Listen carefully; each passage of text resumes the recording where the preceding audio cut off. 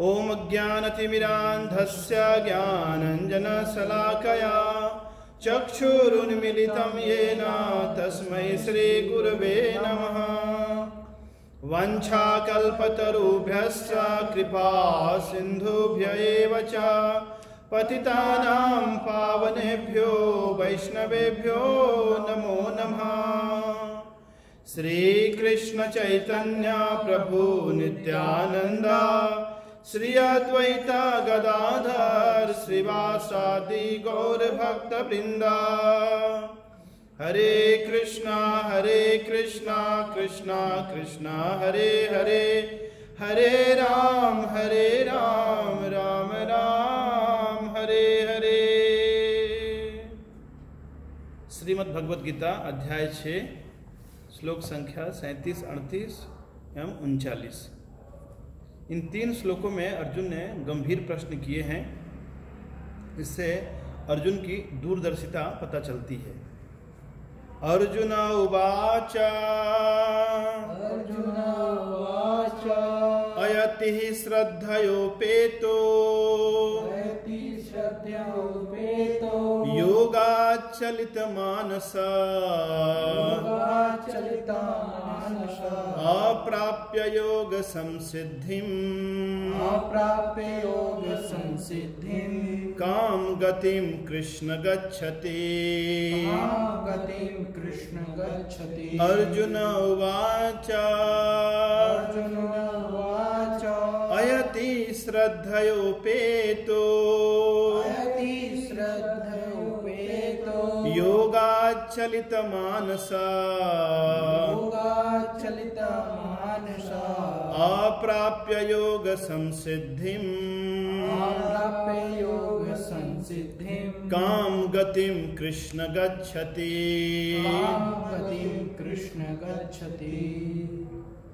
अर्जुन उवाच यानी कि अर्जुन ने कहा। तो पिछले कुछ श्लोकों में मन को बस में करने की बात भगवान ने कही। अभ्यासेन तु वै, अभ्यासेन तु कौन्तेय वैराग्येन च गृह्यते। अभ्यास और वैराग्य से मन बस में होता है। तो अर्जुन के मन में एक संशय उत्पन्न हुआ कि जिस मन को बस में करना इतना कठिन है, और भगवान ने भी स्वीकार किया असंशयम महाबाहो मनो दुर्निग्रहम चलम। तो यदि मैं योगाभ्यास में लगता हूँ और कालक्रम में यदि मैं योग में सफल नहीं होता, अयति यानी कि असंयमित मन से, ऐसे व्यक्ति अयति श्रद्धयोपेतो, लेकिन श्रद्धा से युक्त होकर उसने योग प्रारंभ तो किया, लेकिन योगात चलित मानस, मन चंचल होने के कारण योगात यानी कि योग से, चलित यानी कि विचलित हो गया, और मानस उसका मन, उसका चित्त, अब उससे लगा कि मुझे योग नहीं करना है। स्वाभाविक सी बात है, कभी कभी लोग ऐसे प्रभाव में आकर, उनका जन्म ऐसे परिवार में हुआ जहाँ सब लोग भगवान का नाम लेते थे, एक वातावरण था, तो वे भी करने लगे, लेकिन बाद में हो सकता है किसी शहर में गए पढ़ने के लिए या किसी काम से, और वहाँ जाकर एक दूसरा संग प्राप्त हो गया, भटक गए। तो अर्जुन प्रश्न पूछ रहा है कि अयति श्रद्धयोपेतो योगाचलित मानस अप्राप्यम योग संसिद्धिम। अप्राप्य यानी कि प्राप्त नहीं करता है, वो तो बात पक्की है कि कैसे सिद्धि प्राप्त करेगा, जब भटक ही गया, भ्रष्ट हो गया। तो अप्राप्यम योग संसिद्धिम, योग की सिद्धि तो प्राप्त नहीं करेगा। तो फिर भी उसके मन में संशय है कि काम गतिम कृष्ण गच्छति, फिर भी उसकी क्या गति होती है। हम किसी भी कार्य को प्रारंभ करते हैं तो हम उसके भविष्य के बारे में जानना चाहते हैं। जैसे एक विद्यार्थी यदि वो इंजीनियरिंग कॉलेज में एडमिशन लेता है तो उसकी इच्छा होती है कि 4 साल का कोर्स है, तो मैं ये यदि 3 साल करके छोड़ दूंगा तो क्या परिणाम होगा। तो शिक्षक बताएंगे कोई परिणाम नहीं, आपको इंजीनियरिंग की डिग्री नहीं मिलेगी। वैसे ही मेडिकल कॉलेज में यदि कोई गया और वहाँ भी 3-4 साल की पढ़ाई पूरी करके वो छोड़कर आ गया, तो भी उसको MBBS या BDS की डिग्री प्राप्त नहीं होगी। यानी भौतिक कार्यों में सफलता के लिए आपको पूर्ण मनोयोग के साथ प्रयास करने पड़ते हैं। तो क्या ऐसा ही कुछ है आध्यात्मिक जीवन में? अर्जुन के मन में प्रश्न है कि प्रारंभ में तो हमने उत्साह के साथ सिद्धि के लिए प्रयास किया, लेकिन मन के चंचल होने के कारण बाद में भटक गया, तो फिर उसकी क्या गति होगी। श्रील प्रभुपाद उस श्लोक के तात्पर्य में बताते हैं कि आध्यात्मिक जीवन यापन करना एक प्रकार से it is like declaring war against माया। माया के विरुद्ध एक प्रकार से युद्ध की घोषणा करना है, क्योंकि पूरी दुनिया एक अलग दिशा में चल रही है और आप आध्यात्मिक मार्ग में चल रहे हो, यानी कि आप मन को नियंत्रित करना चाहते हो, अपनी इंद्रियों को वशीभूत करना चाहते हो, आप अंदर ही अंदर आप प्रसन्नता की अनुभूति करना चाहते हो। संसार में लोगों की आनंद है, बाहर बहिर्मुखी है। तो एक प्रकार से ये माया के विरुद्ध युद्ध की घोषणा है। तो युद्ध में कितने सतर्क रहने पड़ते हैं हमें, कहीं से भी बुलेट लग सकता है। तो उसी प्रकार यदि हमें माया के प्रभाव से बचना है तो हमें सजग होना चाहिए। तो अर्जुन अब की दूरदर्शिता इससे पता चलती है। जैसे मानो किसी ने कॉलेज में एडमिशन लिया, तो एडमिशन लेने से पहले उसे पता करना चाहिए कि ये कॉलेज AICTE से अप्रूव्ड है कि नहीं, या मेडिकल कॉलेज है तो मेडिकल काउंसिल ऑफ इंडिया से अप्रूव्ड है या नहीं, या किसी कंपनी में काम करने जाता है तो उसे रिकॉर्ड देखना चाहिए कंपनी अपने एम्प्लॉय को सैलरी देती है या नहीं, है ना। तो वैसे ही योगाभ्यास में लगे उसके पहले अर्जुन कंफर्म करना चाहता है कि यदि मैं योगाभ्यास मैंने किया, मानो 75% 80% मैंने कंप्लीट किया और उसके बाद भटक गया, क्योंकि मन हो सकता है ऐसा, विचलित हो सकता है, तो फिर मेरी क्या गति होगी। भगवान ने कुछ नहीं बोला। तो अर्जुन को लगा शायद कृष्ण ने मेरे प्रश्न को समझा नहीं, तो अपनी बात को और स्पष्ट करते हुए आगे कहते हैं, कच्चिन्नो भया बिभ्रष्टा छिन्ना भ्रमीव नश्यति अप्रतिष्ठो महाबाहो विमूढ़ो ब्रह्मणः पथि कच्चिन्नो भया बिभ्रष्टा छिन्ना भ्रमीव नश्यति अप्रतिष्ठो महाबाहो विमूढ़ो ब्रह्मणः पथि।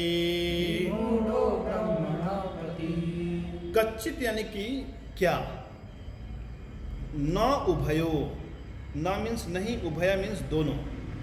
तो ऐसा नहीं है कि उभयो भी भ्रष्टस, यानी कि आध्यात्मिक मार्ग से भी भ्रष्ट हो गए और भौतिक जीवन से भी भ्रष्ट हो गए, कहीं मेरी गति ऐसी तो नहीं होगी।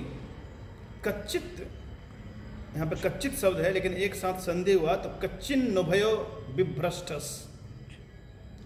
और एक बहुत ही सुंदर उपमा देता है अर्जुन, कहता है छिन्ना भ्रमी व नश्यति, कहीं मेरी स्थिति उस बादल की भांति, जैसे एक बादल का बड़ा समूह है तो वहाँ से एक बादल का टुकड़ा वहाँ से चला और जाकर दूसरे बादल से मिलने वाला था, तभी बीच में एक हवा का ऐसा प्रवाह हुआ और वो बादल छिन्न भिन्न हो गया, तो कहीं का नहीं रहा, ना इधर का रहा ना उधर का रहा। तो कहीं मेरी स्थिति ऐसी तो नहीं होगी कि मैंने संसार छोड़कर योगाभ्यास में लगे, तो संसार में कम से कम कुछ प्राप्त करते हम, या कुछ परोपकार के कार्य करते तो स्वर्ग चले जाते, या इस संसार में भी नाम ख्याति कुछ अर्जित करते, और योग मार्ग पे चले और वहां जाके भी आउट हो गए भ्रष्ट हो गए। तो कच्चिन्नो भयो विभ्रष्टस छिन्ना भ्रमीव नश्यति अप्रतिष्ठो महाबाहो। हे महाबाहो, भगवान ने अर्जुन को महाबाहो कहा था पहले 35वें श्लोक में। अभी अर्जुन भगवान को कह रहा है महाबाहो, क्योंकि महाबाहो किसी व्यक्ति का नाम नहीं है। क्षत्रियों को ऐसे संबोधित किया जाता है। महाबाहो का अर्थ है महान बलिष्ठ भुजाओं वाले, क्योंकि क्षत्रिय दूसरे की रक्षा करते हैं। यदि उनकी भुजाएं बलशाली नहीं होगी तो कैसे रक्षा करेंगे। तो हे श्री कृष्ण, कहीं मेरी स्थिति ऐसी तो नहीं होगी विमूढ़ो ब्रह्मण पथि, ब्रह्मणो यानी कि विमोहित, और ब्रह्मणा पथि यानी कि ब्रह्म के मार्ग पे, ब्रह्म की प्राप्ति, भगवत प्राप्ति के मार्ग पे चलते चलते कहीं मैं भ्रष्ट हो गया, कहीं मेरे अपने चंचल मन के कारण मैं विचलित हो गया, तो कहीं मेरी स्थिति उस बादल के सदृश से तो नहीं होगी। इससे पता चलता है अर्जुन कितना बुद्धिमान है और अर्जुन कितनी गहराई तक जाकर प्रश्न पूछता है।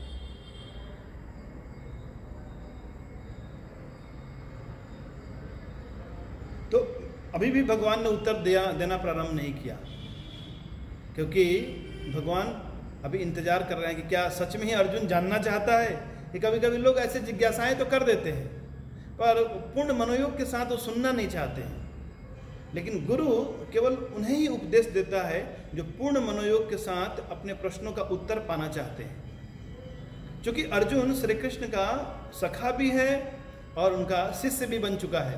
दूसरे अध्याय में उसने स्वीकार किया, शिष्यस्ते हम साधि माम त्वाम प्रपन्नम, मैं आपका शरणागत शिष्य हूँ। तो इसी बात को अर्जुन पुनः याद दिलाता है श्री कृष्ण को, और आगे के श्लोक में कहता है, एतन में संशयम कृष्णा, छेतुम अर्हस्य शेषता, त्वद अन्य संशयस्य छेता नाह्युपपद्यते। एतन में संशयम कृष्णा,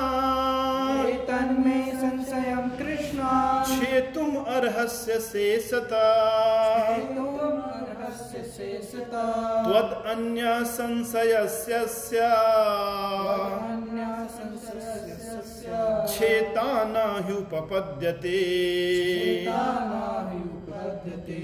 एतन में संशयम कृष्णा, एतत् एक्चुअली एतत् शब्द है, फिर संधि हो गया, तो एतन में, एतत् में मीन्स मेरा, संशयम, हे श्री कृष्ण यह मेरा संशय है। संशय कहते हैं उन चीजों को जो हमारे हृदय में शयन करती हैं। सम्यक रूपेण शयति इति संशयः। संशय ऐसा नहीं कि आपने कुछ पढ़ा और कुछ ये समझ में नहीं आया, उसे संशय नहीं कहते हैं। संशय यानी कि आप निर्णय नहीं ले पाए, क्या सही है क्या गलत है। अज्ञानता और संशय में अंतर है। तो अर्जुन के मन में क्या है? अज्ञानता नहीं, क्या है? संशय है। क्योंकि अर्जुन को सब पता है कि आत्मा होती है, आत्मा का पुनर्जन्म होता है, कर्मों के अनुसार सभी जीवों को अपने फल भोगने पड़ते हैं, इसके बारे में कोई संशय नहीं है। संशय अभी केवल इस बात को लेकर उत्पन्न हुआ है कि मानो किसी व्यक्ति ने प्रारंभ में उत्साह के साथ योग सिद्धि के लिए प्रयास किया, लेकिन मन की चंचलता के कारण योग पथ से विचलित हुआ, तो उसकी क्या गति होती है? काम गतिम कृष्ण गच्छति। तो एतन में संशयम कृष्ण छेतु अर्हस्य शेषता। छेतु कहते हैं छेदन करने को। तो जैसे ये संशय गांठ के समान है, तो अर्जुन कहता है कि हे कृष्ण, आप इस संशय रूपी गांठ का छेदन कीजिए, यानी खोल दीजिए, मेरे संशय को दूर कीजिए। अर्हसि, आप समर्थ हैं, आप योग्य हैं, और अशेषता, पूर्ण रूप से सर्वथा मेरे संशय को मिटा डालिए, कुछ बचाइए ना। तो श्री कृष्ण मानो कहें, क्यों, तुम्हारे पास तो युधिष्ठिर महाराज भी हैं, भीष्म पितामह है, बाद में ये पूछ लेना या तुम तो प्रथम अध्याय में कई तर्क प्रस्तुत कर रहे थे युद्ध नहीं करने के, व्यासदेव से पूछ लेना। अर्जुन कहता है नहीं, त्वद अन्यः, आपके अतिरिक्त कोई भी नहीं है। त्वद अन्यः संशयस्य, ये जो संशय उत्पन्न हुआ है, अस्य संशय, यह संशय, इस संशय को दूर करने में आपके अलावा कोई समर्थ नहीं है। छेता न हु पपद्यते, इस संशय को दूर करने में, छेदन करने में आपके अतिरिक्त दूसरा कोई समर्थ नहीं है। इसलिए मैं आपके प्रति पूर्णतः शरणागत हूं, कृपया करके आप मेरे इस संशय को दूर कीजिए। अर्जुन श्री कृष्ण का केवल सखा ही नहीं, बहुत अच्छा भक्त है। जब दुर्योधन और अर्जुन दोनों गए थे श्री कृष्ण के पास मदद के लिए, तो अर्जुन ने क्या चुना? उनकी हजारों और लाखों की नारायणी सेना को नहीं चुना, अर्जुन ने श्री कृष्ण को चुना। यानी अर्जुन को पूर्ण भरोसा था श्री कृष्ण में कि यदि श्री कृष्ण हमारे साथ होंगे तो हमारी विजय सुनिश्चित है। तो श्री कृष्ण के सामर्थ्य में अर्जुन को रत्ती भर भी संदेह नहीं है। यानी यहाँ पर श्री कृष्ण की सुपरमेसी, भगवान श्री कृष्ण की सर्वश्रेष्ठता स्थापित होती है कि कैसे भगवान जगत गुरु हैं और वे समस्त प्रकार के हमारे अज्ञानता और संशय को मिटाने वाले हैं। यदि किसी भी व्यक्ति को ज्ञान अर्जित करना है तो उसे श्रीमद् भगवद गीता से ज्ञान अर्जित करनी चाहिए। श्रीमद् भगवद गीता संपूर्ण वैदिक साहित्यों का निचोड़ है। श्रीपाद शंकराचार्य ने इस बात की पुष्टि की है। सर्व उपनिषदो गाओ दुग्धा गोपाल नंदना पार्थ वत्स सुधीर भुक्ता दुग्धम गीतामृतम महत। यह जो भगवद गीता है, यह श्रीमद् भगवद गीता, ये समस्त उपनिषदों का सार है। ये दूध के समान है, अमृत के समान है। तो हमें अन्य किसी शास्त्र को बहुत ज़्यादा पढ़ने की आवश्यकता नहीं है, एक ही यह शास्त्र काफ़ी है। तो अर्जुन ने इन 3 श्लोकों में जो अपने संशय व्यक्त किए, भगवान एक एक करके आने वाले 5 श्लोकों में बहुत ही विस्तार पूर्वक उसके संशय को मिटाएंगे। इसकी चर्चा हम फिर कभी करेंगे। श्रील प्रभुपाद की जय।